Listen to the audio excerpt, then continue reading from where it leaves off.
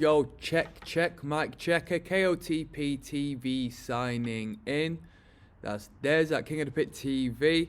My FPS, people, I might be moving around a little bit slow. I don't know how noticeable it is. I've had to reduce my FPS rate purely as I didn't know how to stop the flickering these lights were causing on the webcam. But with a little Google, I think it might be down to the fact my FPS was too high. So I've just narrowed that down a little bit just to ensure that you see my beautiful face a little more evidently. As you can see, today we're listening to Nirvana. My background within Nirvana isn't extensive. To be honest with you, man, I downloaded the whole discography back in the day, but I never really delved into it, to be honest. There was a lot of material in there, a lot of B-sides and a lot of demos and so on and so forth. So they definitely had a lot of recordings out there aside the full-length records. I know that much. I never really paid attention to Bleach. In all honesty, when I pressed play on Bleach, I think it was a bit too noisy for me, you know what I mean? In all fairness, back in the day. So it's going to be nice to have a look back into this and see what I'm feeling. I don't know these songs, even the songs I did listen to, you know what I mean? This is more than a decade ago now. This is above and beyond a decade ago, so it's going to be quite the experience. I have avoided listening to Nirvana on this channel for a minute because I just have a gut feeling that the powers that be are going to make it very troublesome for this to reach the public, given, you know, how grand the scale the Nirvana recordings are. You know, I'm sure they're still making a ton of money off of Nirvana up until this day. But regardless, let's get into it. Of course, as always, you can access all of my full album reactions and commentaries. Link is down in the description, alright? You don't want to be waiting for time for me to just upload 2 songs of the record and then you have to wait, alright? So check that out. And without further ado, this one goes out to all the Nirvana fans out there. This first one's entitled Blue. This Louder in the brackets is on a couple of songs on this playlist, so I don't know why they've had to raise the volume. Maybe you could tell me that. And let's get straight into it. This one's Blue. Let's go.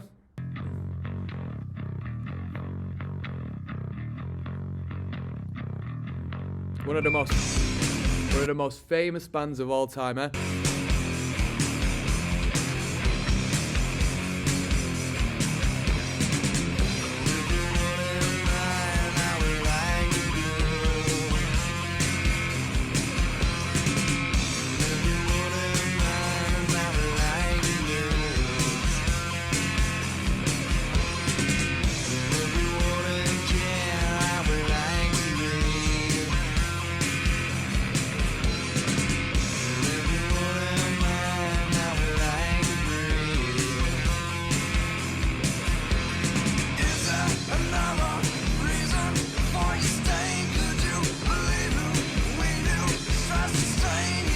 When was this put out?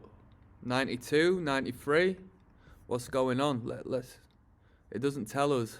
When was this put out, people? I think In Utero was put out in 94, wasn't it? So Fuzzfian says one of the heaviest album openers in Nirvana's whole discography, tied with Dive. Alright. Steve says best album they ever done, and I think this was a hell of a drummer. Oh, right. Yo, Chad? Who's Chad? I thought Grohl was in the band, like, for good. I didn't think they changed members. So, Chris Novak, or whatever his name is he on the bass guitar at this point? Interesting stuff. Hey, the drums are powerful. So far, the drums are powerful. The bass fills the bass gap, I'll tell you that. Nice and chunky. Light distortion on there. So, Young Sinatra says, imagine if they made more songs like this. The song was played in C standard on accident. They usually play in drop D, but tuned it down without realizing it was already in drop D. Makes sense on why it sounds so heavy. Wow, I didn't know Nirvana were experimenting like this. Halen says it's drop C, not C standard.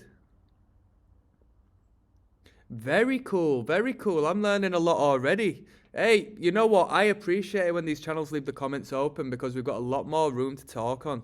Obviously, this is my expression and my reaction and so forth, but it's nice to bounce off of what these people in the comments say, because obviously I can't react, you know, to your comments in real time, because I know you who watch this video, you tend to leave me some great information regardless, but it's nice to have a few little tidbits of conversation in real time on this video. So yeah, cool. And by the way, his like sort of murmuring vocal, I know that's sort of part of the whole grunge thing. Oh, I'm a grunger, man, I'm grungy. Oh. I don't like that too much. I like it when he pipes up a little bit.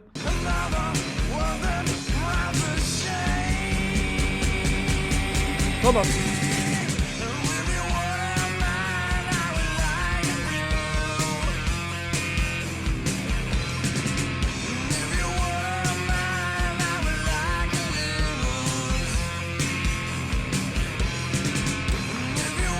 They've got a nice full sound, given it's a 3-piece. Like, they really make it work, don't they?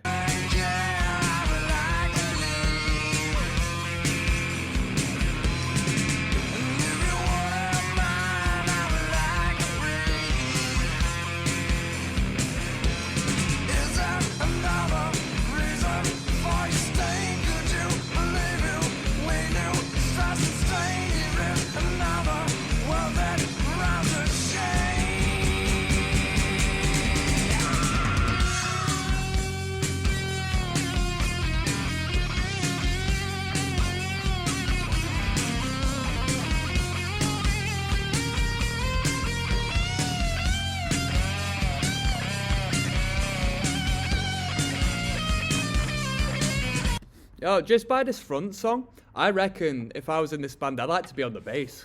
That bass is just grooving along, boom, boom, boom, boom, boom, boom. But it's nice to hear a bassist with a little bit of grit to it. Very nice.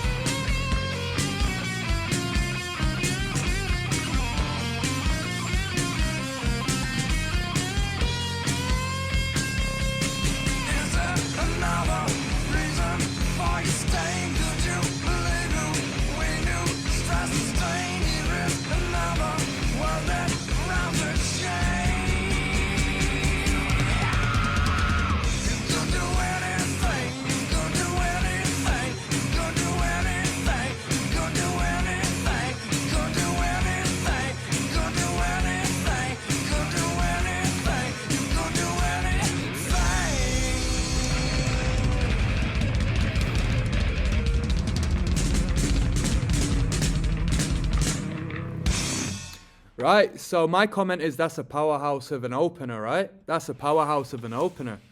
That's not a bad tune to open up on. All right. I was going to say it's not the catchiest song, but I suppose it is in its own way, because that is catchy. That's a catchy riff. And